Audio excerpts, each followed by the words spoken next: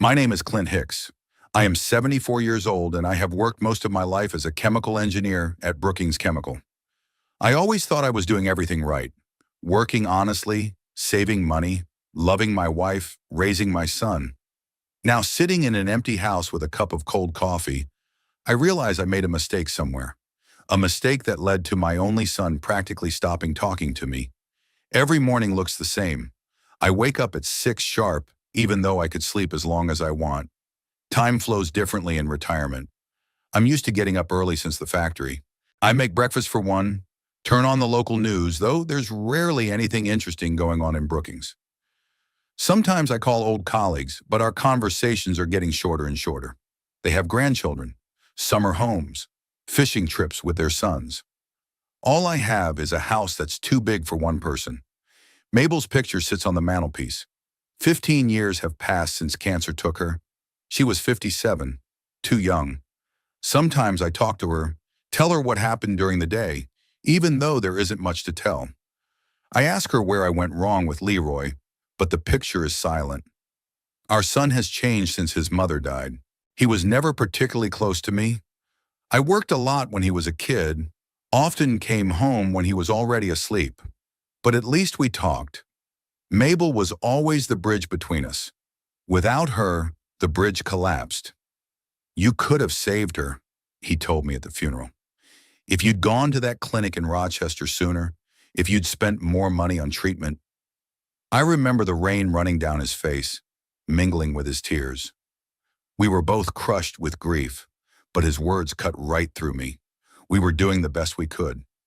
Mabel didn't want experimental treatments. She wanted to spend the rest of her time at home with us. I respected her decision. Leroy never understood it. After the funeral, he moved across town. He called once a month, came to visit at Christmas, not every year. Our conversations became an exchange of platitudes. "How are you? Dash dash. Fine. Everything okay at work? Dash. Yeah. The weather's not bad today, dash. Uh-huh." Leroy never talked about his life. I only found out that he quit his job at the lab and took a job at a bookmaker's office when I happened to meet his former coworker at the supermarket. I only found out he'd broken up with the girl he'd been dating for 5 years when her mother called me to offer condolences. For some reason, she assumed I knew about the breakup. I tried to mend the relationship. I invited him to dinner, offered to help with repairs to his apartment, inquired about his life. His response was short and cold. "Busy. I'll manage on my own." "That's okay." Gradually, I stopped trying. In the last year, I've only seen him twice. The first time was at my neighbor Tom's birthday party, where Leroy only came because Tom was his godfather. The second was when I ran into him by chance at the drugstore. He looked tired and gaunt. But when I asked him if he was okay, he just mumbled, "Everything's fine, Dad," and hurried away. And then this Sunday morning, as I was weeding the garden that Mabel always loved so much, I heard the familiar sound of the engine of his old Ford. The car stopped in front of my house and I froze with the garden shears in my hands, not believing my eyes. Leroy never arrived unannounced. He got out of the car and I immediately knew something was wrong. My son had always taken care of himself, another trait inherited from his mother. Now his shirt was crumpled, his hair disheveled, and his eyes were surrounded by dark circles, as if he hadn't slept in days. He looked around as if someone was watching him. "Leroy," I put the scissors down and moved toward him. "What's wrong?" "Hi, Dad." His voice sounded hoarse. "Can I come in?" Inside the house, he sat on the couch, the same one where Mabel and I liked to watch old movies in the evenings. He drummed his fingers nervously on his knee, refused tea or even water. "I'm in trouble, Dad," he said at last, looking down at the floor. I sat down across from him, feeling my insides clench. In 15 years, he'd never once asked for my help. Whatever had happened, it was serious. What had happened? He took a deep breath. "I owed money. A lot of money." "To the bank?" I asked, though I already suspected the answer would be different. He shook his head. "People you don't want to mess with." "Yeah. I used to gamble. First just sports betting, then cards. I thought I could get even, but—" He stopped talking, and I could see his hands shaking. My son, who had always seemed so confident, now looked like a frightened child. How many? I asked. 236,000, he answered so quietly I could barely hear.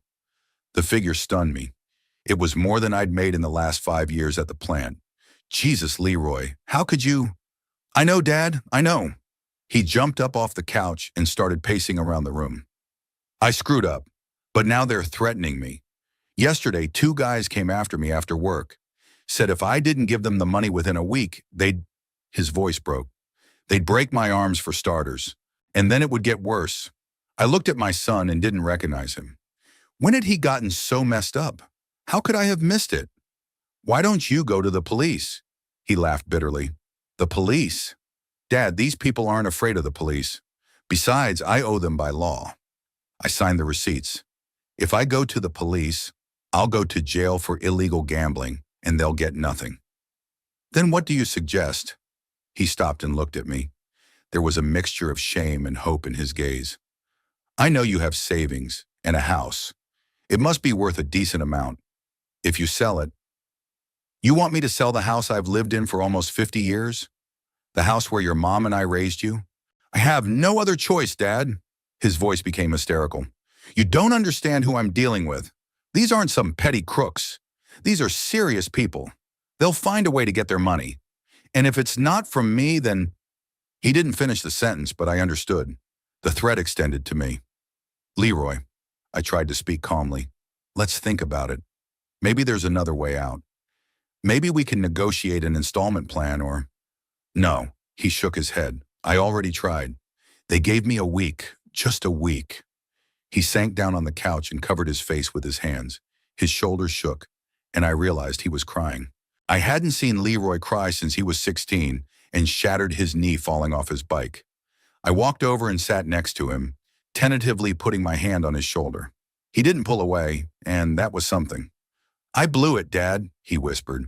I thought I could control everything, that I could quit at any moment. But it's a drag. One win, and you think you can win again and again. And when you start losing, you convince yourself that your luck will come back. You just have to bet a little more. I looked at my son and saw him in a way I'd never seen him before. Vulnerable, broken, sincere. For the first time in 15 years, he spoke to me genuinely, without barriers or coldness. When did it start? I asked. He wiped his eyes with his sleeve, like he used to do when I was a kid. About a year after my mom died, I felt empty, alone. Then a coworker invited me to a poker club, just for fun, to get my mind off things. I won that night. Not much, but it was enough to feel something. Excitement, adrenaline. It was better than nothing. I knew what he was talking about. After Mabel died, I too looked for ways to fill the void. I immersed myself in work, then gardening, reading, anything to avoid thinking about her being gone. Why didn't you ever tell me? What would you have done? He asked bitterly. Would you have lectured me on how irresponsible I was? How I disappointed you and Mom? His words hit me like a slap in the face. Did he really think of me that way? As a cold, judgmental father? I would have listened to you, I said quietly. I would have tried to help. He looked at me for a long moment, as if trying to determine if I was telling the truth. Then he looked away. It's too late for that. All I want now is the money. Otherwise, he didn't finish, but his hand touched his face involuntarily, as if he could feel the blows he was about to receive. I got up and went to the window. Behind it was the orchard that Mabel loved so much, the apple trees we had planted when Leroy was first born, the rose bush I had carefully sheltered every winter, the house where every corner held memories of our lives, and my son, who came to me for the first time in years. Even if it was for problems, even if it was for money, but he came. Maybe it was a chance to mend what was broken 15 years ago. I'll think about what I can do, I said without turning around. But I need to know all the details. Who exactly you owe, how to contact them, what the terms are. I heard him exhale in relief. Thanks, Dad. I'll tell you everything. When I turned to him, he had an expression on his face that I hadn't seen since he was a little boy. And I'd promised him I'd build him a treehouse, a mixture of hope and trust. But on one condition, I added, no more gambling, no more betting, no more poker. You'll get help. Professional help. He nodded too quickly and too easily, and somewhere in the back of my mind I felt anxious. But I pushed it away. I wanted to believe that my son really wanted to change, that this trouble could be the beginning of a new phase in our relationship. I promise, he said. I swear on my mom. The mention of Mabel made me wince. He rarely talked about her after the funeral. Okay, I said. Then tell me everything from the beginning. And he started talking. About the underground casinos in Brookings that I didn't even know about the people who gave him loans at huge interest rates, about how he was trying to get even and only got deeper in debt. He talked and I listened, feeling my resolve to help him grow stronger with each word. I didn't know where this decision would lead. I didn't know that I was sitting across from a man who would betray me in the cruelest of ways. All I saw was my son finally opening up to me, and I was willing to do anything to save him.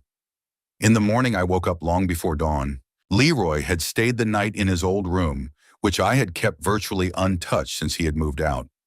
I could hear his restless sleep, the creaking of the bed, the mumbling, the sudden sighs. My son was frightened, and it was forcing me to act.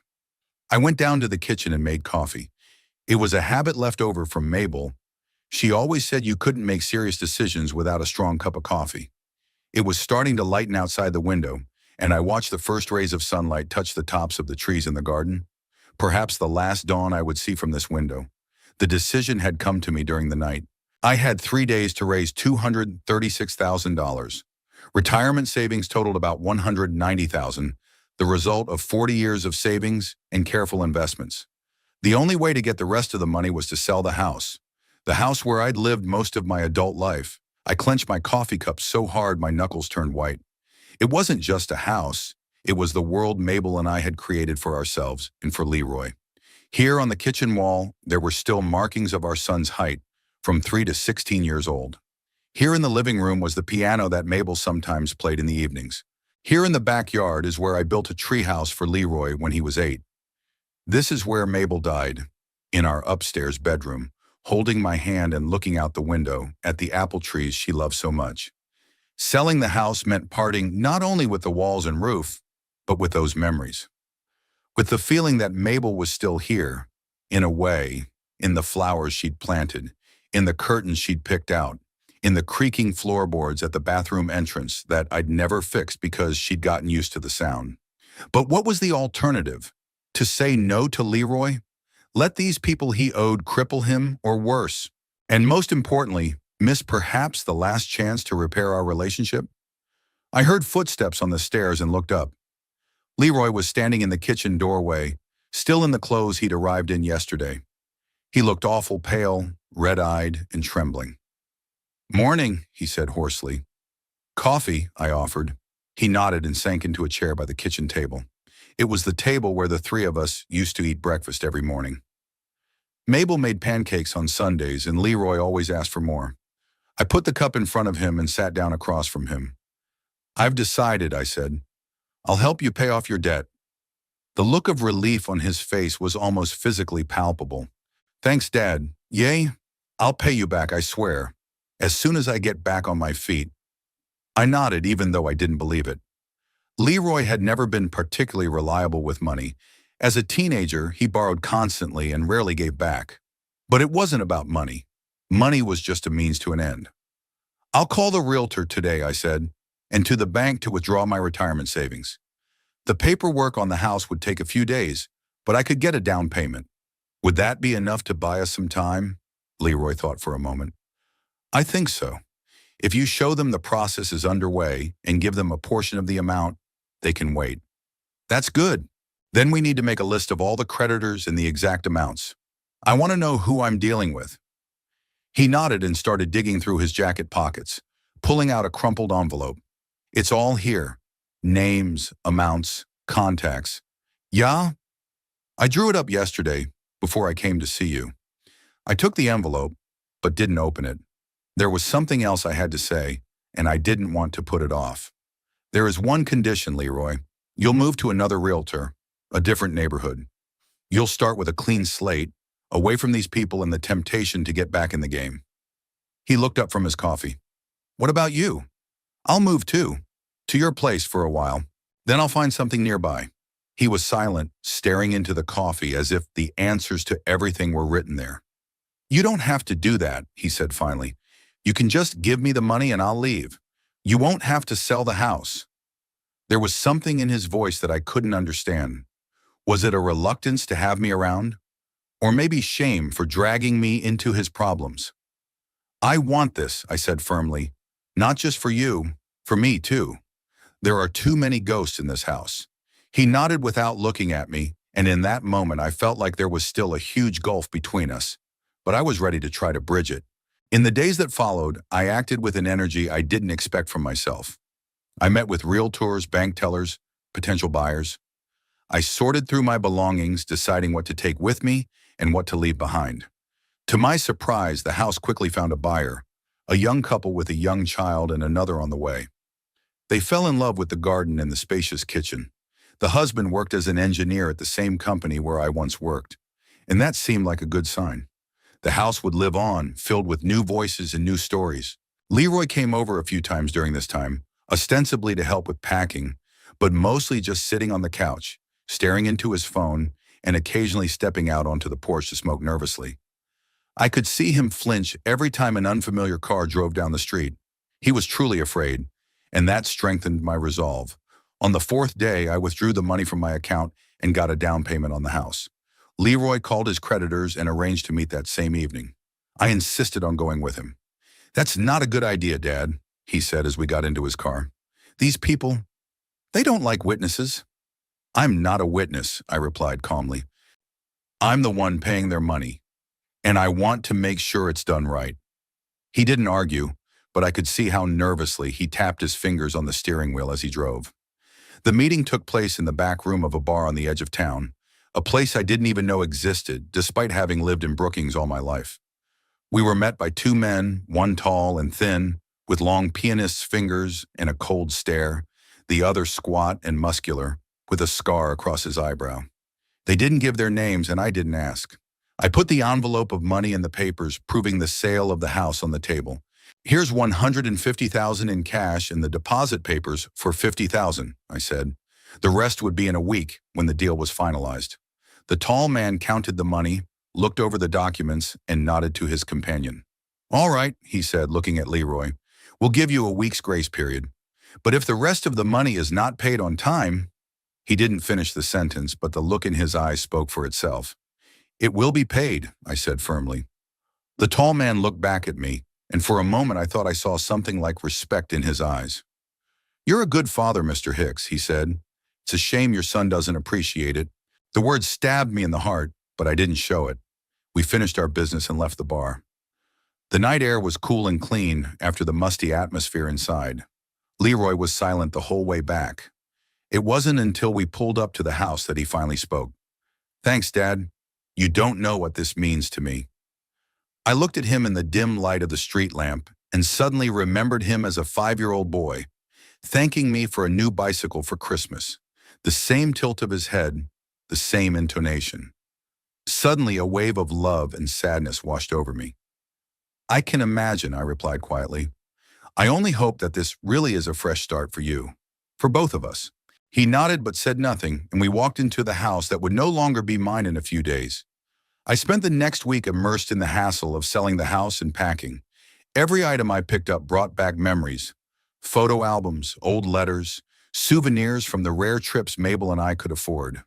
Where to put them, what to take with me into my new life, and what to leave behind. The day was especially hard when I sorted through Mabel's things that I had saved after her death. Her clothes still held the faint scent of her perfume. Her jewelry, simple and elegant, like herself. Her notebooks with neat handwriting, to-do lists, recipes, random thoughts. In one of them, I found an entry dated a few months before her death. "Clint and Leroy were arguing again today. Why can't they see how alike they are? Both are stubborn, both hide their feelings, both long for each other's approval, but don't know how to seek it. I'm afraid that when I'm gone, they'll drift apart. Who will build bridges between them then?" I sat on the bedroom floor, holding that book in my hands, and cried as I hadn't cried since the funeral. Mabel knew. She saw it coming, and there was nothing she could do about it. and I couldn't be the bridge builder she wanted me to be. Until the very last day, I had hoped that Leroy would come to help with the final preparations, but he sent only a short message. Very busy with the new apartment. I'll be expecting you tomorrow night. I rented a truck and hired 2 guys from the neighborhood to help with the move. I sold most of the furniture along with the house, leaving only a few items I couldn't part with.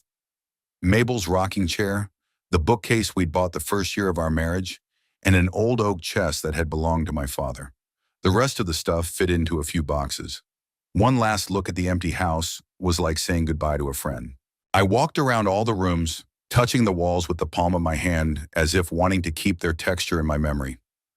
Lingered in the bedroom where Mabel had spent her last days, stood in the kitchen where the 3 of us had had breakfast so many times. I went out into the garden and picked an apple from the tree planted the year Leroy was born. Goodbye, I whispered, not so much to the house as to the memories that lived in it. Thank you for everything. Leroy's apartment was in a new apartment complex on the other side of town. The neighborhood was considered prestigious. Glass facades, underground parking, 24-hour security. I knew my son couldn't afford such a place on a bookie's salary, and it made me wonder how deeply involved he had been in the world of gambling before things went south.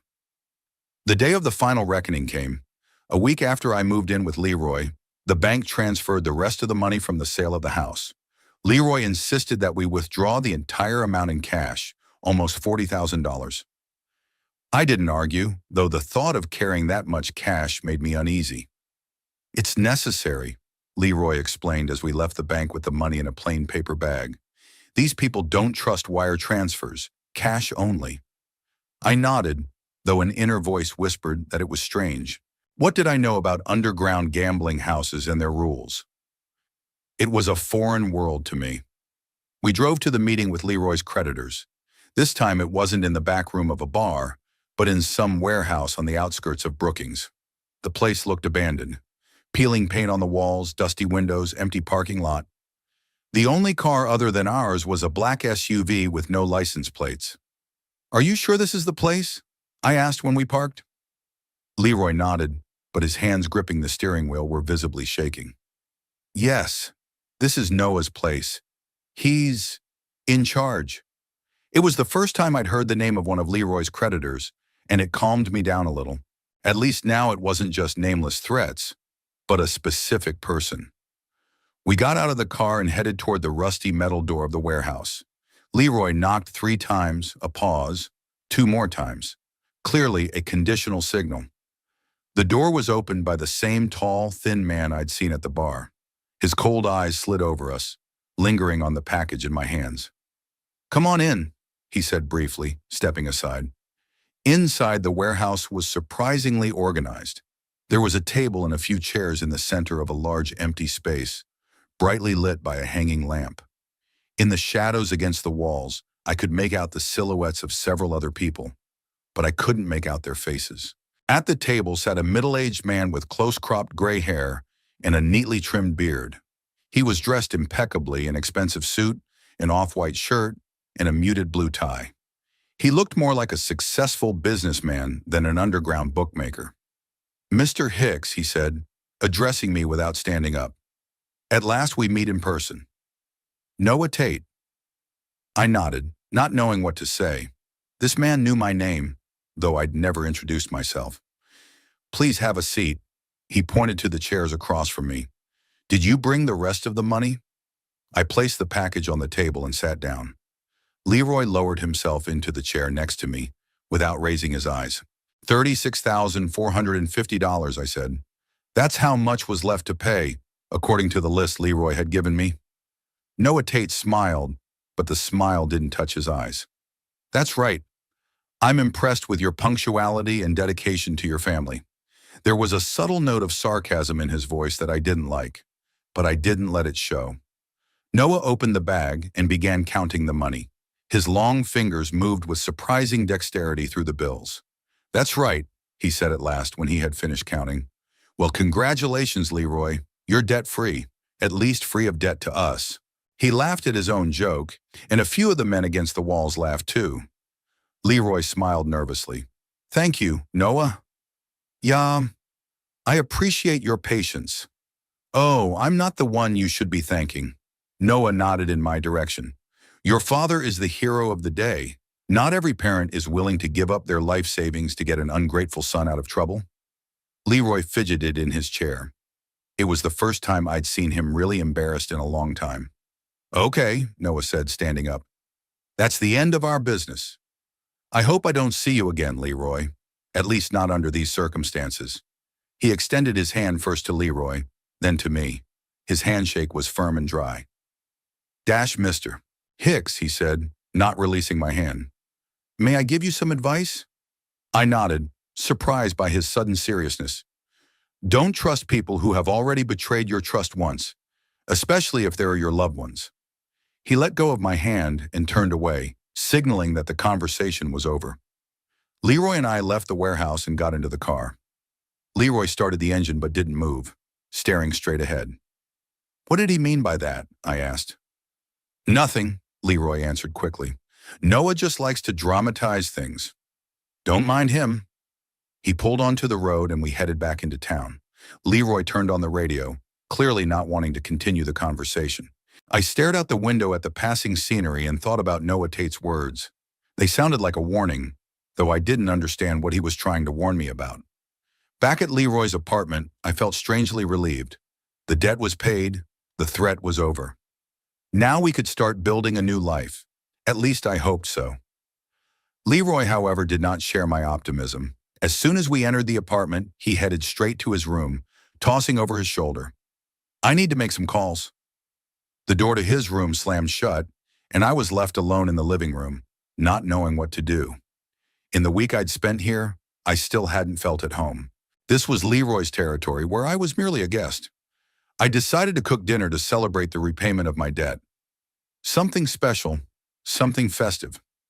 I found a recipe online for Leroy's favorite dish from his childhood, the roasted chicken with rosemary and lemon that Mabel used to make for special occasions. Went grocery shopping and spent the entire evening in the kitchen trying to make sure everything was perfect. By 8 p.m., everything was ready. Chicken, baked potatoes, green salad, even the bottle of wine I'd bought on the way back from the store. I knocked on the door of Leroy's room. Dinner is ready, I said. Not hungry, he answered from behind the door. Eat without me. I stood in the hallway, not knowing what to do. Suddenly the door opened and Leroy came out, dressed like he was going out. A new shirt, jeans, and a leather jacket I hadn't seen before. I'm leaving, he said without looking at me. Don't wait up. But I made dinner, I said, confused. Your favorite rosemary chicken. Leroy looked past me to the set table in the living room. I'm sorry, I have a meeting. An important one. Can't cancel. With who? I asked before I could think. His face instantly tensed. It's none of your business. I'm sorry, I said quickly. I'm just worried. Don't be, he said sharply. I'm a big boy, and I can handle my own business. With those words, he walked past me toward the exit. I heard the front door close, and I was alone with my dinner getting cold and feeling like something wasn't going the way I'd planned. I ate some chicken and salad, but there was no appetite. I drank almost all of the wine, sitting alone by the window and looking out at the city at night. Somewhere out there was my son, meeting with someone, discussing something, and I didn't even know with whom or about what. Leroy came back well past midnight. I was already in bed, but I didn't sleep.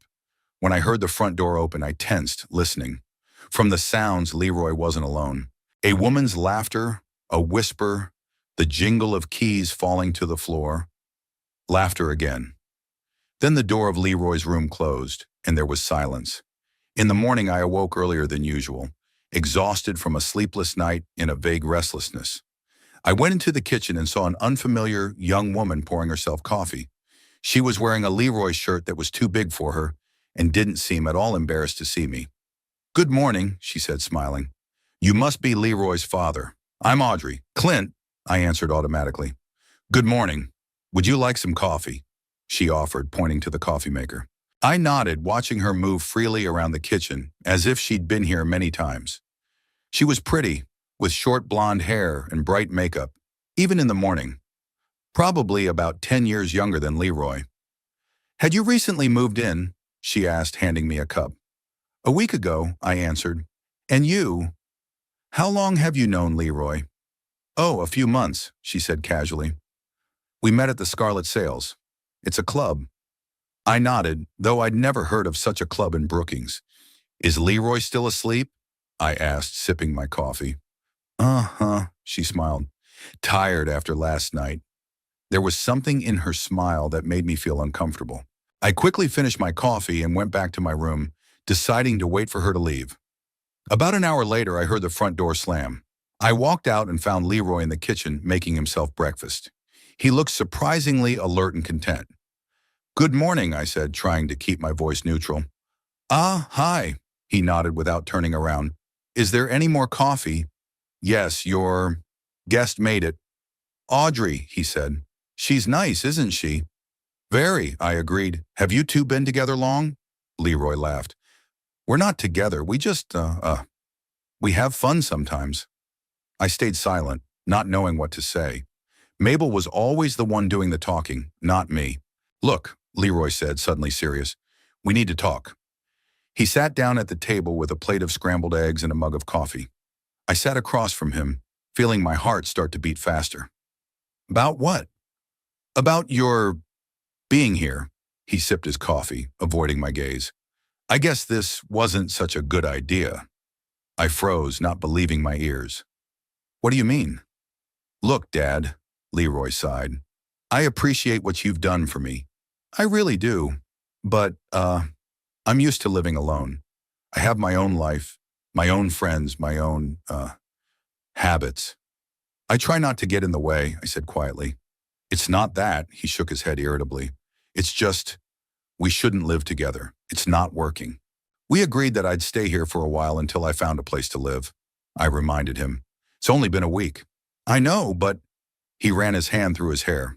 Look, we both know it was a mistake. You sold the house to help me, and I'm grateful. But let's be honest. We've never been close, and we're not likely to be. Every word he said was like a punch. I tried to stay calm, but everything inside was clenching with pain. I thought this was a chance to mend things, I said. Leroy snorted. Really? Did you really think we'd suddenly become the perfect family just because you paid my debts? He shook his head. It doesn't work that way, Dad. 15 years aren't going to disappear just because you made a grand gesture. 15 years, I repeated. You mean the time after your mother died? Yes, he narrowed his eyes. When you let her die. It wasn't fair, and he knew it. Mabel and I had made the decision together not to torture her with experimental treatments, when the doctors said the chances were minimal. She wanted to spend the rest of her time at home with us, not in a hospital room with machines and tubes. You know it was her decision, I said quietly. It was mine too. We didn't want her to suffer anymore. Yeah, I've heard that story 1,000 times, Leroy said. Cherry, look, I don't want to argue about it again. It's just, you need to find another place. Soon. He got up from the table, leaving the uneaten scrambled eggs behind. I looked up at him, not recognizing the man I'd raised. Is this about your girlfriend? I asked. Audrey? For God's sake, Leroy rolled his eyes. She's not my girlfriend. And no, it's not about her. It's because of me. Because of you. Because we've never gotten along, and we never will. I'm still your father, I said, feeling my voice shake. So? He shrugged. It's just a biological fact. It doesn't obligate us to be friends or even get along with each other. Look, his voice became softer, almost sympathetic. You did your part. You helped me when I needed help. Now you can go your way and I can go mine. It's better for both of us. With those words, he left the kitchen, leaving me sitting at the table, feeling like the ground had gone out from under my feet. I spent the rest of the day in my room, trying to figure out what had happened and what to do next. The sale of the house was finalized and the money was spent. I had some cash and a small pension left. Not enough to buy a new house, but enough to rent a modest apartment or room. It wasn't the money that was the issue, but the fact that I felt betrayed and used. Leroy left for the day without saying where. He returned late in the evening when I was already lying in bed trying to sleep. I could hear him walking around the apartment, moving things around, talking on the phone in a muffled voice. Then everything went quiet, and I finally fell asleep. In the morning, I was awakened by a knock on the door. Leroy was standing on the doorstep of my room, fully dressed, coffee in hand. "We need to talk," he said. I sat up on the bed, rubbing my eyes. "About what?" "I found a place for you to stay," he said, holding out a piece of paper to me. "It's the address of an old people's home on the other side of town. Nice place. Inexpensive. They have rooms available." I took the piece of paper, not believing my ears. "You want to send me to a nursing home?" "It's not a nursing home," Leroy said impatiently. "It's a boarding house. You'll live on your own, just surrounded by people your own age. It has everything you need. A dining room, a medical center, even a swimming pool." "I'm not going to a boarding house," I said firmly, handing him back the sheet. "I'll find my own apartment." "Suit yourself," Leroy shrugged. "But you still have to move out. Tonight." "Tonight?" I was stunned. "Why the rush?" "Because I've decided to." He crossed his arms over his chest. "This is my apartment, and I decide who lives in it." I got out of bed slowly, feeling every year of my age in my joints and spine. "Do you want me to leave tonight? After everything I've done for you?" "Oh, here we go." Leroy rolled his eyes. "After everything I've done for you?" "Yes, I know you sold your house to pay my debts. And I'm grateful. I really am. But that doesn't give you the right to live here forever or tell me how to live my life." "I never told you how to live," I said quietly. "Don't start." He held up his hand, stopping me. "Look, I don't want to fight. Just pack your things and leave. Do you want me to call you a cab?" I looked at him and didn't recognize him. This was not the frightened boy who had come to me a week ago, begging for help. This was a completely different man, cold, calculating, ruthless. "You used me," I said, finally realizing the truth. "All you wanted was my money." Leroy smiled, and there was nothing of my son in that smile. "Well, you've done a big favor for me. Now get lost," he said with icy calm. "I have my own plans for this apartment, and you are not part of them." I stood there stunned by his words. It wasn't even betrayal. It was something much worse. It was as if a mask had fallen, and I saw my son's true face for the first time. "I'll give you an hour," Leroy said, looking at his watch. "Then I'll call a cab. If you're not here when he arrives, I'll just put your stuff out in the hallway." He walked out, leaving me alone with a broken heart and an emptiness inside. I packed mechanically, not thinking about what I was taking and what I was leaving behind. Folded my clothes into my suitcase, packed a few personal items, a picture of Mabel. For everything else, I had neither energy nor desire. An hour later, as promised, Leroy hailed a cab. He stood in the hallway, arms crossed over his chest, watching me carry out my meager belongings. "Where are you going?" he asked when I was already at the door. "I don't know," I answered honestly. "A motel, I guess. Just for a while." "I see," he nodded as if it were casual small talk. "Well, good luck. Not a word of regret, not a hint of gratitude. Just good luck, like a casual acquaintance." I silently walked out, closing the door behind me.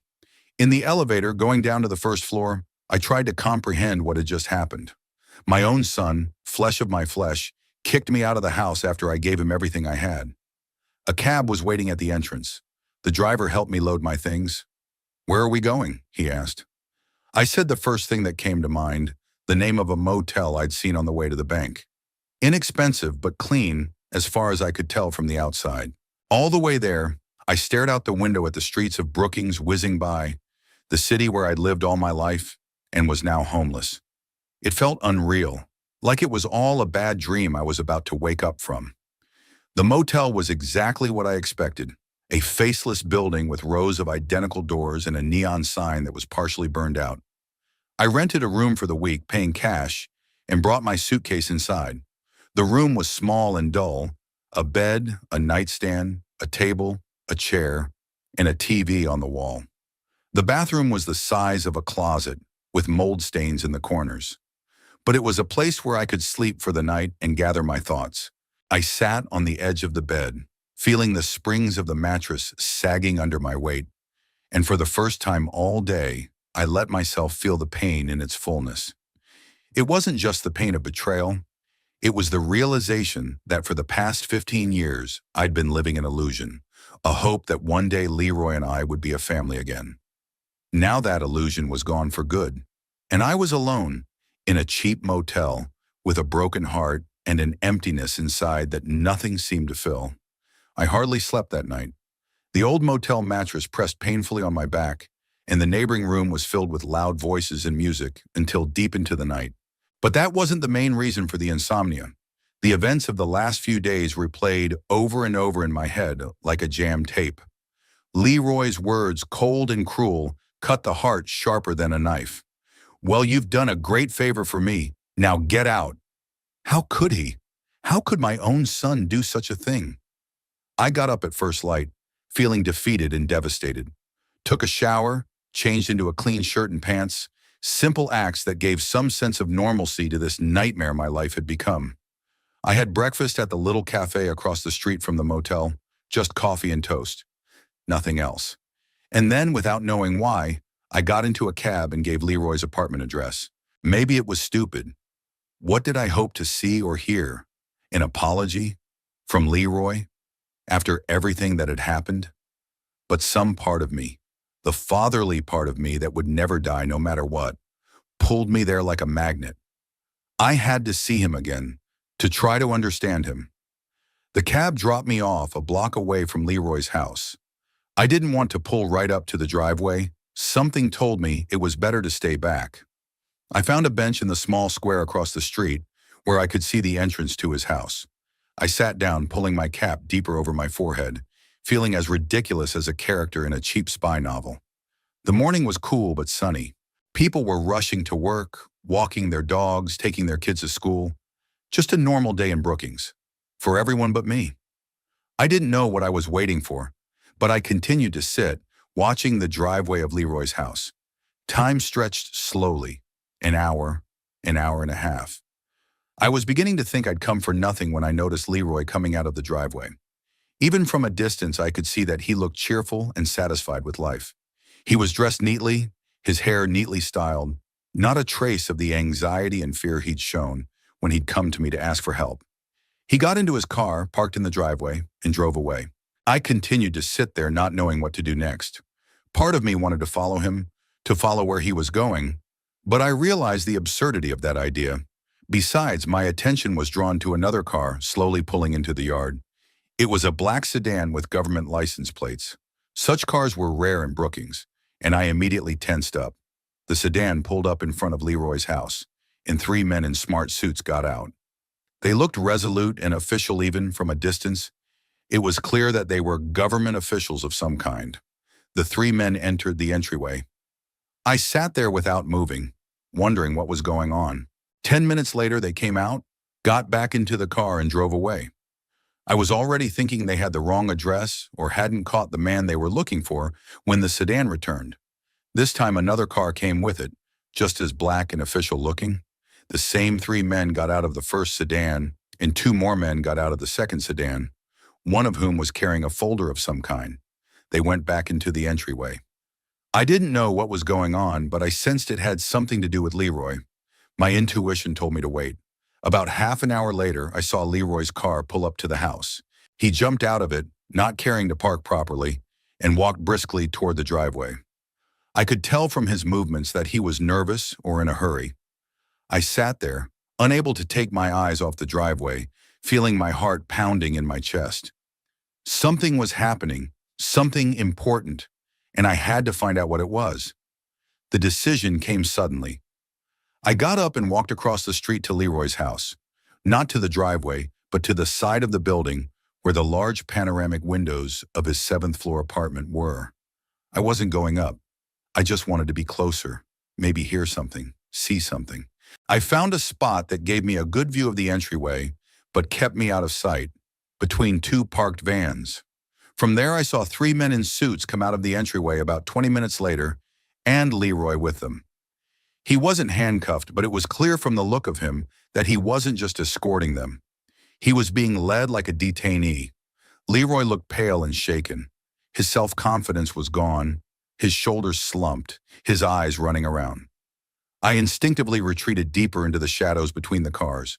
But something made me look out again, and then our eyes met. Even from a distance, I saw his pupils dilate with surprise, his face show understanding, and then fury.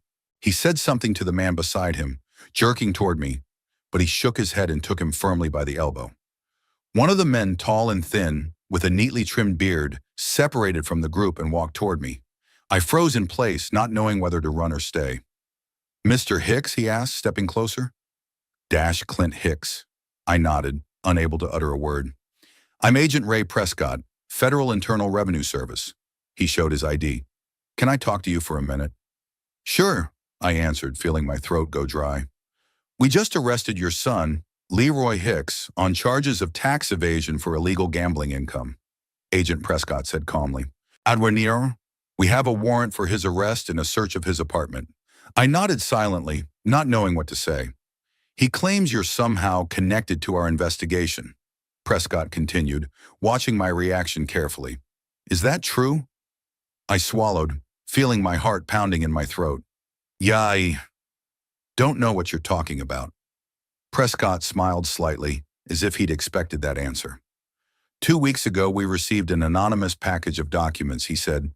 "It contained detailed information about your son's illegal gambling activities, including dates, amounts won, locations of the games, and names of other participants. Very detailed information, Mr. Hicks. The kind of information only someone very close to the situation could provide." I remained silent, neither confirming nor denying. "We ran a check," Prescott continued. "The information was confirmed. Your son has won substantial sums at Brookings underground casinos over the past 2 years and hasn't declared a dime. That's a serious federal offense."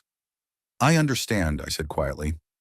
"You do realize that if you are somehow involved in providing this information, you may have to testify?"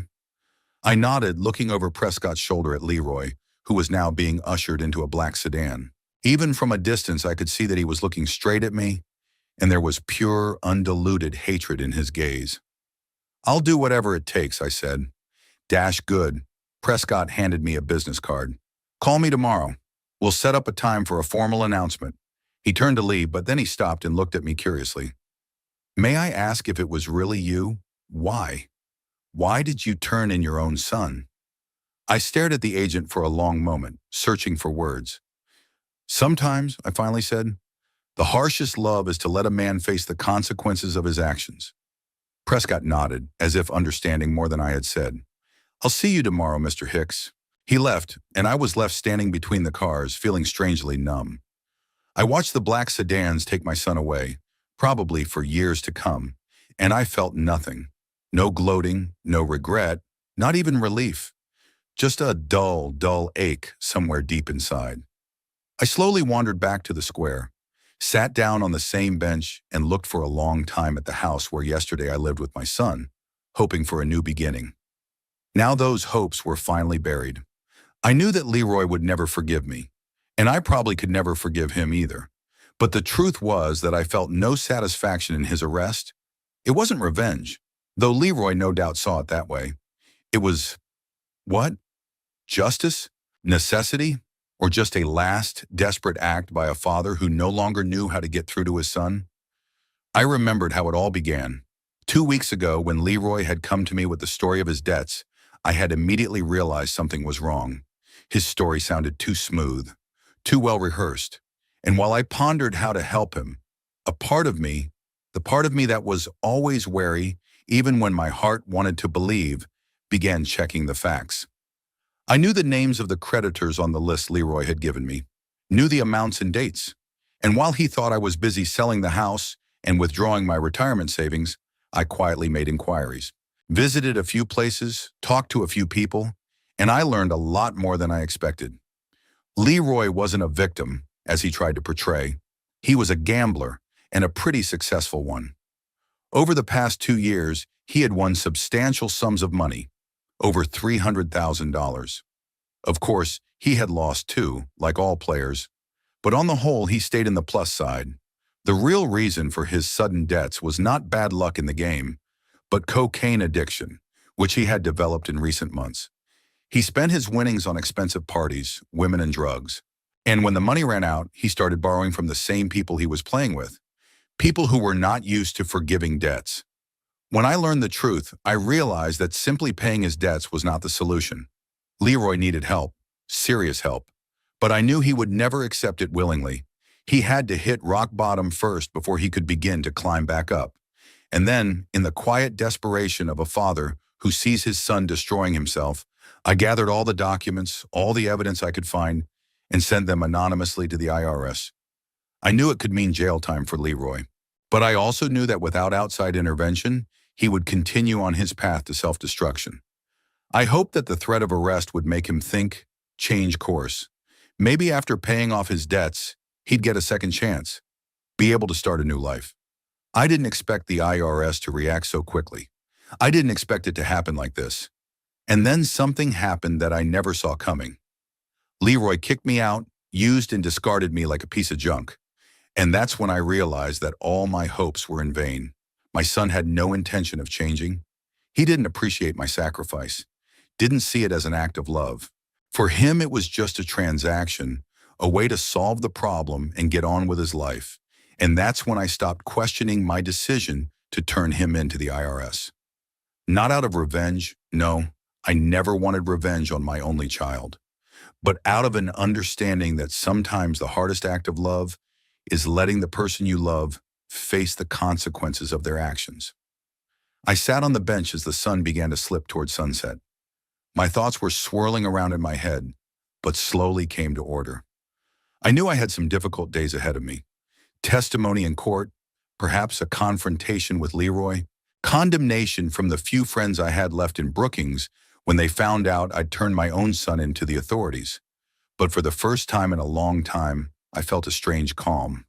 It was as if the enormous weight I'd been carrying on my shoulders for 15 years was finally beginning to lift. I had done everything I could for my son. There was nothing more I could give him.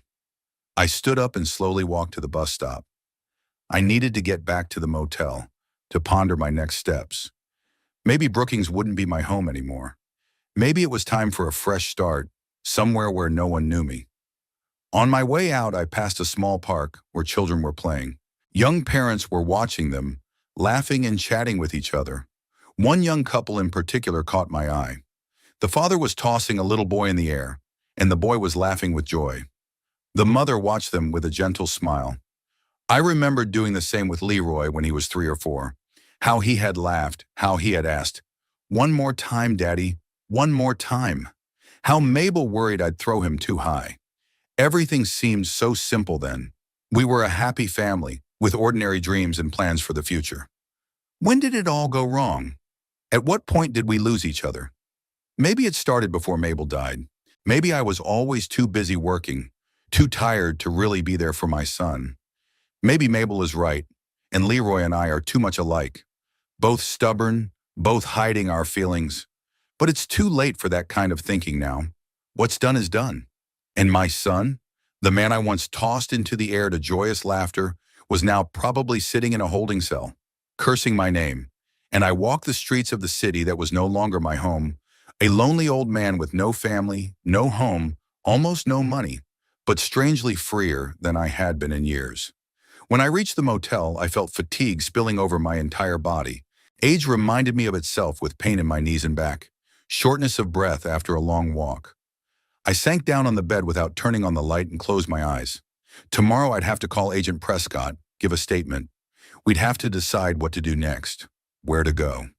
But tonight I just wanted to rest, to sink into a dreamless sleep, where there was no pain of betrayal, no bitterness of loss, no weight of decisions made. In the semi-darkness of the room, I thought I saw the silhouette of Mabel sitting in a chair by the window. "You did what you had to do, Clint," her voice seemed to whisper. "Now let go." And I let go, closed my eyes and let fatigue carry me to sleep, knowing that when I woke up in the morning, a new chapter of my life would begin. A chapter without Leroy, without illusions, perhaps without Brookings, but with a new freedom and maybe a new understanding of what it means to truly love. When I woke up the next morning in the featureless motel room, I lay there for a long time, staring at the ceiling and remembering the events of the past 2 weeks.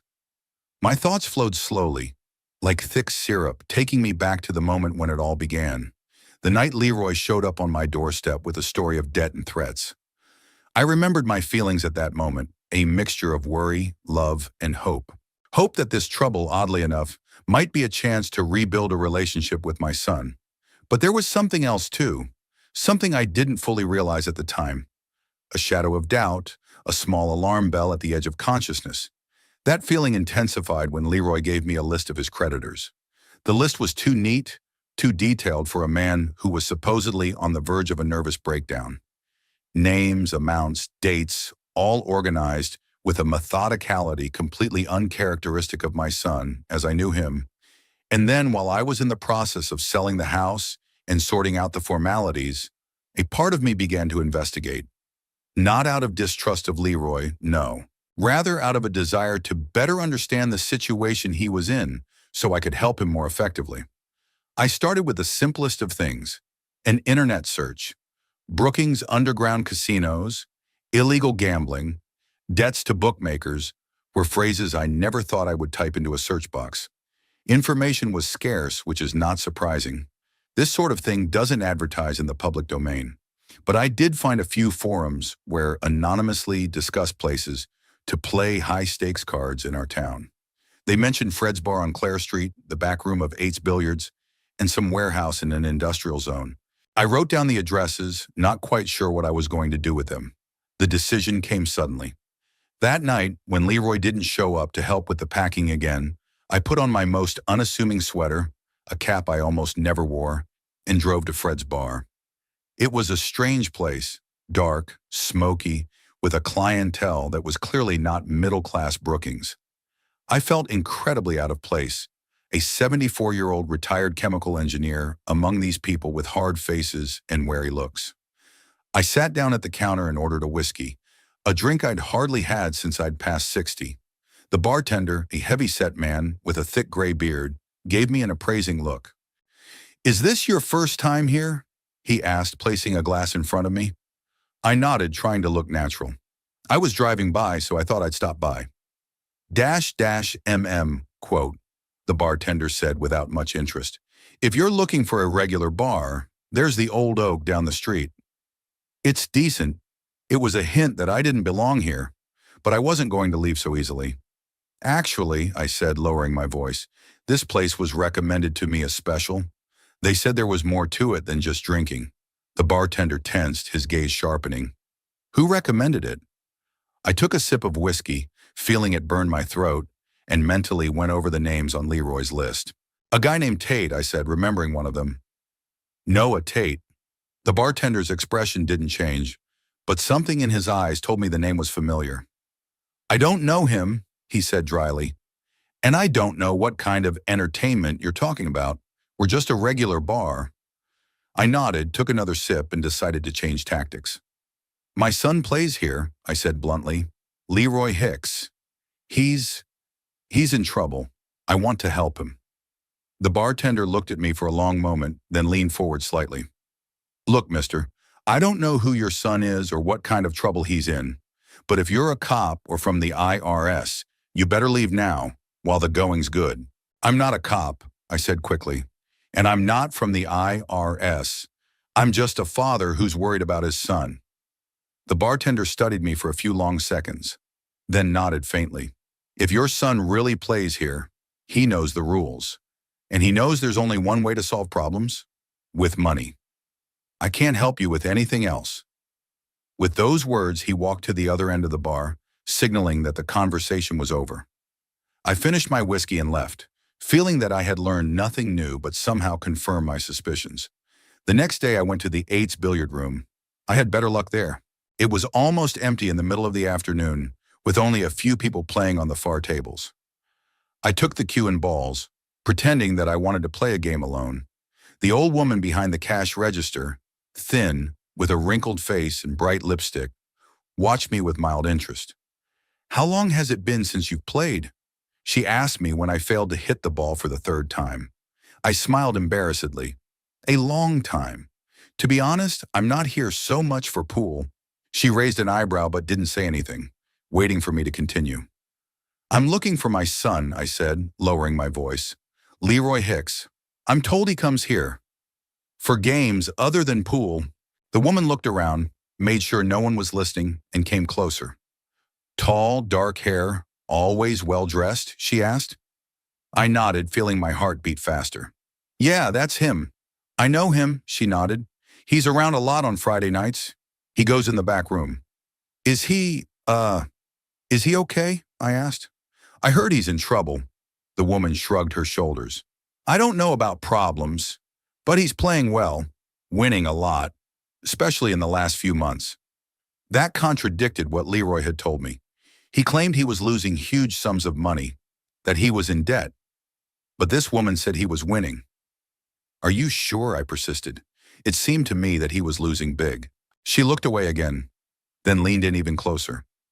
Look, I don't know what he told you, but the last time I saw him, he won over $20,000 in one evening, and not for the first time. Guys on Noah's payroll. Dash Noah Tate? I clarified, remembering the name on the list. Yeah, she nodded. Tate runs most of the gambling business in town.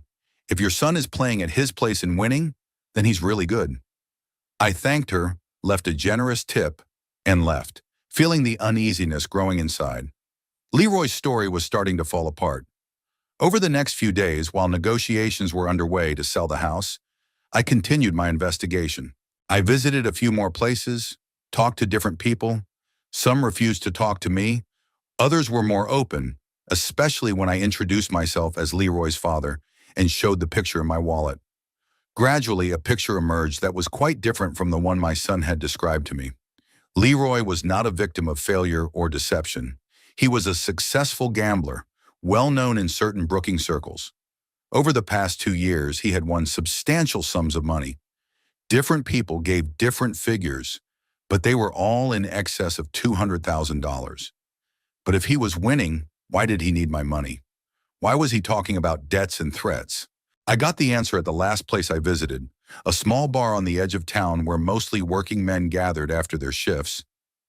The bartender, a young guy with tattoos on his arms, recognized Leroy from the photo instantly. Oh, that one, he said with slight disdain. Yeah, I know him. Big gambler. Big fan of powder. Powder? I asked, not immediately understanding. Cocaine, the bartender explained, looking at me like a naive child. Your son's been getting hooked. First only on weekends, then more often. Now they say almost every day. It's expensive, you know. Even for someone who's good at cards. That was the last piece of the puzzle. Leroy didn't lose at cards. He lost his winnings and more, to his addiction. And now he came to me with a story about debts to gambling lords to get the money. I came home that night and sat in the darkness of the living room for a long time, pondering everything I had learned. My son had lied to me, used me. But worst of all, he was destroying himself, and I saw no way to stop him. If I just gave him money, he'd pay his debts, yes. But then what? Go back to gambling, back to drugs, back into debt? Or would the consequences be worse this time? I knew I had to do something to make him stop, to think, something to stop him from continuing down the path of self-destruction. The idea didn't come right away. At first I thought about talking to him directly, telling him I knew the truth, but an inner voice told me he'd just lie again, find new excuses. 15 years of estrangement had taught me one thing. Leroy always found a way to avoid responsibility. I thought about going to the police, telling them about the underground casinos, but that could jeopardize not only Leroy, but many other people, including those who had helped me with my investigation. That's when I thought of the IRS. Tax evasion is a serious crime, but not one that gets you locked up for years, especially if the perpetrator cooperates with the investigation and makes restitution. This could be exactly the lesson Leroy needed. Serious enough to make him think, but not so serious as to ruin his life completely. Besides, I was pretty sure Leroy didn't pay taxes on his winnings. Clandestine casinos don't issue official receipts, and the amounts my informants were talking about were large enough to interest the tax authorities. The decision wasn't easy for me. For days I struggled with myself, with the contradictory feelings that were tearing me up inside. On the one hand, fatherly love, the desire to protect my son at any cost. On the other, the realization that true protection sometimes means letting a man face the consequences of his actions. I remembered Leroy as a little boy, his laughter, his trusting gaze. I remembered Mabel, her last days, her plea to take care of her son. Was I letting her down by making this decision? But then I remembered other things, how Leroy had changed over the years, how the wall between us had grown, how his gaze had grown colder and his words harsher. I remembered his accusations at Mabel's funeral, his years of estrangement, his lies now. And I realized that the real betrayal would not be in reporting his illegal activities to the authorities, but in allowing him to continue on his path of self-destruction by doing nothing. Determined, I drafted an anonymous letter to the IRS. I included everything I recognized: names, dates, amounts, places. I included some photos I'd taken of the pool hall where Leroy met with people connected to the gambling business. Added information about his bank accounts that I found in his files while he was asleep. Large deposits that didn't match his official bookmaker's salary. I didn't sign the letter, didn't put my name or relationship to Leroy on it. I simply mailed the packet of documents to the IRS regional office, feeling a strange mixture of determination and guilt. And then I continued with what I had originally planned: selling the house, withdrawing my savings, preparing to help my son. I was still going to give him money to pay off his debts. I was still hoping to rebuild our relationship, but now I also had a backup plan, a plan that would work if Leroy continued on his destructive path. Strangely, having made that decision, I felt some relief. It was as if some of the weight I'd been carrying all these years had lessened a little. I had done my best as a father. Now all that was left to do was wait and see. As Leroy and I drove to meet with his creditors to give the first installment of the money, I watched their interaction carefully. Noah Tate, a tall man with cold eyes, looked at Leroy with a slight contempt that confirmed my suspicions. This was not the relationship of victim and extortionist. It was the relationship of a man who had defaulted and one who had come to collect a debt. "You're a good father, Mr. Hicks," Tate said to me then. "It's a shame your son doesn't appreciate it." I realized in that moment that Tate saw the situation more clearly than I did. He could see that Leroy was using me, that everything he'd said about the new beginning was a lie. But I still didn't want to believe it completely. Part of me still hoped that once the debts were paid off, something would change. Moving in with Leroy was supposed to be the beginning of a new phase in our relationship. I had hoped that living together would help us overcome the barriers built up over 15 years. But instead, I saw his real life. An expensive apartment he couldn't afford on his official salary, occasional women, night outs, and most importantly, a complete lack of interest in rebuilding a relationship with me. Every day spent in his apartment confirmed the correctness of my decision to go to the IRS. Leroy wasn't going to change. He just wanted to get the money and get on with his life as before. And yet, when I overheard him on the phone calling me an old man and laughing at the idea of a new life together, the pain was unbearable. It's one thing to suspect you're being used, and quite another to hear that confirmation from your own son's mouth. It was then that I realized my hopes had been naive. Leroy had long since ceased to be the boy I knew. He had become a man for whom money and his own pleasures were more important than anything else, more important than relationships, more important than family, more important than his own father, who had sacrificed everything for him. And when, after receiving the last of the money, he kicked me out of the apartment with the cruel words, "Well, you've done a big favor for me now. Get out," I felt no surprise, only pain and final confirmation that my son was lost to me forever. Sitting in the motel that night, I thought about the letter sent to the IRS, about what it could mean for Leroy: jail time, fines, loss of reputation. Part of me wanted to call it off, to protect my son from the consequences, even after all he'd done. But the other part, the more rational, less emotional part, realized that this might be Leroy's only chance. A chance to stop, to reflect, to change the course of his life. A chance I couldn't give him any other way. I felt no gloating or desire for revenge, only a deep, unending sadness at the realization that my relationship with my son had come to this point, and the hope, faint but still present, that maybe someday he would realize that I was acting out of love, not out of a desire to hurt.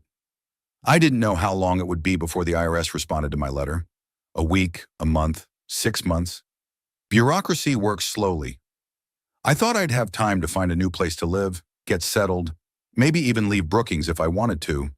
But that's not what fate had in store. The IRS responded with amazing speed just 2 weeks after I sent the letter. So there I stood, hidden between cars, watching my son being escorted out of the house by federal agents. The moment our eyes met and I saw the understanding and rage in his gaze, I felt a strange calm. It was as if the circle had closed, as if what was about to happen had finally happened. I knew that Leroy would never forgive me, knew that from this moment on, there wasn't just a wall of alienation between us, but a chasm that nothing could bridge. But I also knew that I had done everything I could. As a father, I was trying to protect him from himself the only way I had left. And if the price of that protection was his eternal hatred, then I was willing to pay it. Because true love sometimes means making hard choices, making hard decisions, even if it breaks your own heart. I watched the black sedan drive Leroy away and thought about Mabel, about what she would say now. Would she approve of my actions? Or would she think I had betrayed her trust by failing to protect our son? I'll never know the answer to that question. But I do know that Mabel always believed in truth and responsibility. She taught Leroy that every action has consequences and no one should avoid them, even if it hurts. And I believe that somewhere in some form, she understands why I did what I did. Understands and maybe forgives me for not being able to find another way. It's been 3 months since the day I watched my son being taken away by IRS agents. 3 months of a new life that began with a night in a cheap motel and led me here, to Sun Valley, a senior home on the outskirts of Brookings. The irony didn't escape me. I was, after all, in the very place Leroy had wanted to send me to on our last day together. The only difference was that it was my own choice, made after much deliberation. After Leroy's arrest, I spent a week in a motel, thinking about my next steps. I had a little money left, what I had set aside before selling the house, and a small amount that had been returned by the IRS agents who had seized the rest of Leroy's funds as illegally obtained. It wasn't enough to buy a new house, but it was enough to live comfortably in Sun Valley for a few years. I visited several similar establishments in the area before choosing this one. Sun Valley was different from my ideas of a nursing home. It was a complex of small detached cottages surrounded by manicured gardens, with a communal dining room, library, medical center, and even a swimming pool.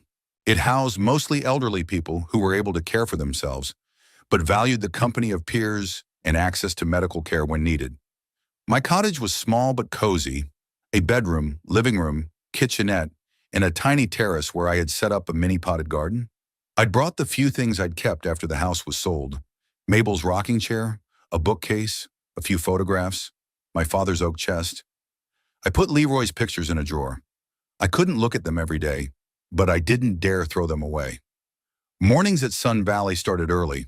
I woke up with the first rays of the sun, a habit developed over the years of working at the factory. I brewed myself a cup of coffee, went out on the terrace and watched the world around me wake up. Other inhabitants of the house were also early birds. Some were walking small dogs. Some, like me, were just enjoying the morning coolness. That morning, exactly 3 months after Leroy's arrest, I sat on my terrace with a cup of coffee and a fresh newspaper. The Brookings Chronicle rarely spoiled its readers with breaking news, but today's front page headline read, "Local bookie faces up to 15 years in prison for financial fraud." I knew who the article was about without even reading further. Still, I forced myself to read the entire text. Leroy Hicks, a 37-year-old Brookings resident, arrested 3 months ago on tax evasion charges, now faces a much more serious punishment. An investigation into his financial activities revealed evidence of money laundering and securities fraud. According to investigators, Hicks used illegally obtained gambling profits to invest in fictitious companies created by himself and his accomplices. These companies were allegedly engaged in software development, but in fact did not conduct any activity and served only as a cover for the legalization of illegal proceeds. In addition, Hicks is accused of fraudulently raising funds from private investors for non-existent projects. The amount of damage caused to investors is estimated at more than $1 million. If all charges are proven in court, Hicks faces up to 15 years in prison and fines many times the amount of the stolen funds. I reread the article several times, trying to comprehend the magnitude of Leroy's crimes. $1 million, fictitious companies, money laundering. This isn't just tax evasion and gambling anymore. It's a well-organized criminal scheme. What has my son become? How could a man who grew up in our home, with our values, turn into such a fraud? What did I miss? What did I do wrong? What allowed this to happen? These questions have plagued me for years, but today, reading the article, I felt something like relief for the first time. Not gloating, no. Rather, a sense that justice exists, that the universe somehow balances good and evil. I didn't feel pleasure at the thought of my son spending perhaps 15 years in prison. It was pain, deep and dull, like an old wound. But along with that pain came the realization that now Leroy would not be able to hurt other people. That his victims, the very investors from whom he had swindled money, would at least get the moral satisfaction of knowing that the perpetrator had been punished. And there was another thought I was afraid to admit, even to myself. Maybe prison was exactly what Leroy needed, a place where he would be forced to stop, to reflect, perhaps to reevaluate his life, a place where he won't be able to run from the consequences of his actions like he's always done. Bad news, Clint? A voice behind me made me wince. I turned around and saw Pearl Dunham standing at the wicket gate of my terrace. Pearl was a short woman of 78, with short silver hair and surprisingly lively blue eyes. She lived in a cottage 2 houses down from me and often dropped in the mornings, ostensibly for a decent cup of coffee. She claimed I brewed the best in Sun Valley. Just a newspaper, I replied, folding the pages and setting them aside. Come on in. I just made coffee. Pearl smiled and walked onto the terrace, leaning on her graceful cane with its silver head. She didn't need the cane to get around. It was more of a fashion accessory than a necessity. Adds to my charm, she said with a sly smile. I poured her coffee and set the vase of cookies I'd baked yesterday on the table. Baking had become my new hobby here in Sun Valley, an activity I'd never done in Mabel's time, considering it a woman's work. Now I realized what I'd missed. There was something soothing, almost meditative, about mixing the dough, waiting for the oven to rise. The aroma of freshly baked bread or cookies. So, Pearl said, sipping her coffee, what was in the paper that made you look like you'd seen a ghost? I sighed. In the 3 months we'd known each other, Pearl had become not just a neighbor, but a close friend. She knew about Leroy, about his betrayal, about my role in his arrest. She didn't judge me, which was surprising and valuable. The article on Leroy, I said. He could face up to 15 years in prison. Turns out he wasn't just evading taxes. He was setting up shell companies, laundering money, defrauding investors. Pearl whistled quietly. That's pretty big, she said. How does that make you feel? I wondered. How did I feel? That's a hard question. I don't know, I answered honestly. Sad, of course. He's my son, after all. But also, relieved, I guess, that the truth had finally come out, that he won't be able to lie to people anymore. Pearl nodded, looking at me understandingly. You know, Clint, what you did took a lot of courage, she said. Not every parent is capable of such tough love. Tough love, I repeated, tasting the expression. Yeah, I guess that's an apt definition, though Leroy sees it differently, of course. It will take time, Pearl said. Maybe years. Maybe he'll never understand. But that doesn't make what you did any less right. I smiled at her gratefully. Pearl understood me as well as anyone, because she had her own story of family betrayal. Her only daughter had taken all her savings years ago, under the pretense of investing in a business, and then disappeared with the money, leaving her mother virtually destitute. Pearl had to start over at 65, finding a job as a librarian, saving every dollar, gradually regaining financial stability. Sometimes I think I could have done things differently, I said, looking into my cup. Maybe if I had been a more attentive father, if I had noticed the problems earlier. Stop it, Pearl said firmly. We've been over this. You can't be responsible for a grown man's choices. Leroy chose his own path. You did the best you could. I knew she was right. The rational part of me understood that. But my father's heart was still aching, still searching for ways to take the blame, to find an explanation that would soften reality. 15 years, I muttered. He'll be in his 50s when he gets out. If he gets the maximum sentence, Pearl pointed out, which is unlikely for a first serious offense. He'll probably get less and get out early on good behavior. Yeah, probably, I agreed. It's a long time anyway. Long enough to think about things, Pearl said, and maybe change. I nodded, though I wasn't sure Leroy was capable of real change. In the 15 years since Mabel's death, he'd only grown distant, colder, harder. Prison might have hardened him even more. What about you, Clint? Pearl asked, changing the subject. Are you happy with your life here, I wondered. Was I happy with it? 3 months ago, I'd lost the house I'd lived in most of my life. Lost the last illusion of being able to rebuild a relationship with my son. Ended up in a place I would have previously called a nursing home, with mild disdain. And yet, yes, I answered, surprised at my own sincerity. I think so. It's peaceful. I can do what I like, reading, baking, tending my plants. No one judges me. No one demands anything from me but courtesy and respect. And I smiled at her. There's good company here. Pearl laughed, a light, melodious laugh that always lifted my spirits. Oh yes, an old man like you should appreciate the attention of a beautiful young woman like me, she joked. We both laughed. Being 4 years apart hardly made her a young woman. But in Sun Valley, the age hierarchy was quite different than in the regular world. Do you know what today is? Pearl asked, finishing her coffee. A concert in the common room. A jazz quartet from the high school. I hear they're pretty good. Sounds interesting, I said. Shall we go together? Sure, she stood up, leaning on her cane. Pick me up at 3? I'll be right on time, I promised. Pearl left, and I stayed on the terrace, thinking about our conversation. About Leroy, about the newspaper article, about my new life here. In 3 months at Sun Valley, I'd found something I hadn't expected. A new community, new friends, a new rhythm of life. Here were people with different stories, different destinies, but with one common denominator. All of them experienced losses, disappointments, joys, and sorrows of a long life. No one here was surprised by family dramas or betrayals. Many had experienced something similar. In addition to Pearl, I became friends with Harvey, a former jazz musician who now taught saxophone to children at the local school. With Eleanor, a former school teacher who organized a book club in Sun Valley.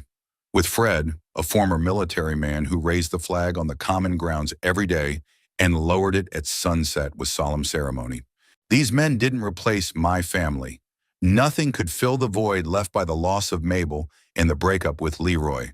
But they gave me something I didn't expect to find at this age. New connections, new relationships, new community.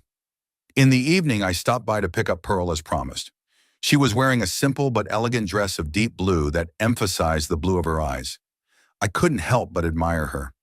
At 78, she retained the dignity and beauty that comes only with age and experience. You look beautiful, I said sincerely. And you're a flatterer, she parried, but I could see that she was pleased. We went to the common room, where almost all the inhabitants of Sun Valley were already gathered. The young musicians from the high school were nervously tuning their instruments. They looked so young, so full of life and possibility, it made my heart ache. Leroy had once been like that too. A teenager with the whole world in front of him, with endless possibilities. What went wrong? That question will probably haunt me for the rest of my life. But tonight I decided to put it aside, if only for the duration of the concert. The music was surprisingly good for a high school band. They played classic jazz, Duke Ellington, Count Basie, Thelonious Monk. Mabel loved jazz and we listened to it a lot at home, especially on weekend evenings. Leroy, on the other hand, never showed any interest in music other than that modern noise he called rock or hip-hop. After the concert, Pearl and I decided to take a walk around the Sun Valley grounds. The evening was warm, starry, with a light breeze bringing the scent of jasmine from the garden. What are you thinking about, Clint? Pearl asked as we walked down the rose-lined path. About the past, I answered honestly. About things that could have been different. About a future that wouldn't be. Pearl took my hand, a simple, friendly gesture, but there was so much warmth in it, so much understanding, that I felt my eyes fill with tears. You know what I've learned in my long life, she said, that sometimes you just have to let go. To let go of the past, to let go of the hurts, to let go of the regrets. Not to forget, no, we can't and shouldn't do that, but to let go of their power over our present. I nodded, not trusting my voice. Your son made his choice, Clint, she continued, many times over and over again. You can't change that. You can't fix him. You can only accept reality and live your life the best way you can. I know, I said quietly. Rationally, I know. But the heart doesn't always listen to reason. It'll get easier with time, Pearl promised. Not better, but easier. Trust me, I know. I believed her. If anyone knew the pain of family betrayal, it was Pearl, and how to go on living in spite of that pain. We reached the bench by the pond where we often sat in the evenings, watching the sunset. We sat next to each other, still holding hands. Two old people who found comfort in each other's company. Do you know what the strangest thing is? I said after a long silence. I don't feel gloating that Leroy went to prison. I don't feel like I've gotten back at him, although that's probably how he sees it. I just feel sadness and a strange sense of justice, like the world is finally back in balance. That's because you're a good man, Clint, Pearl said. Despite everything that happened, you're still a good man who only wanted the best for your son. I squeezed her hand in gratitude for those words. We sat in silence, watching the last rays of sunlight color the pond with golden and pink hues.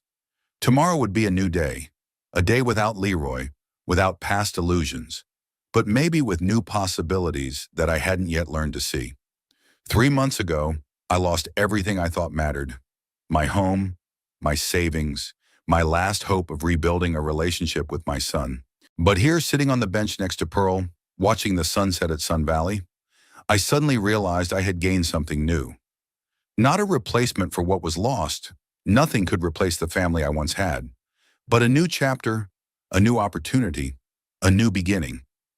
And maybe in the end, that was exactly what I'd needed all along. Not to cling to the past, but to let it go and open myself to the future, however unexpected it might be. Pearl was right. It will get easier with time. Not better, but easier, and that's enough. That should be enough.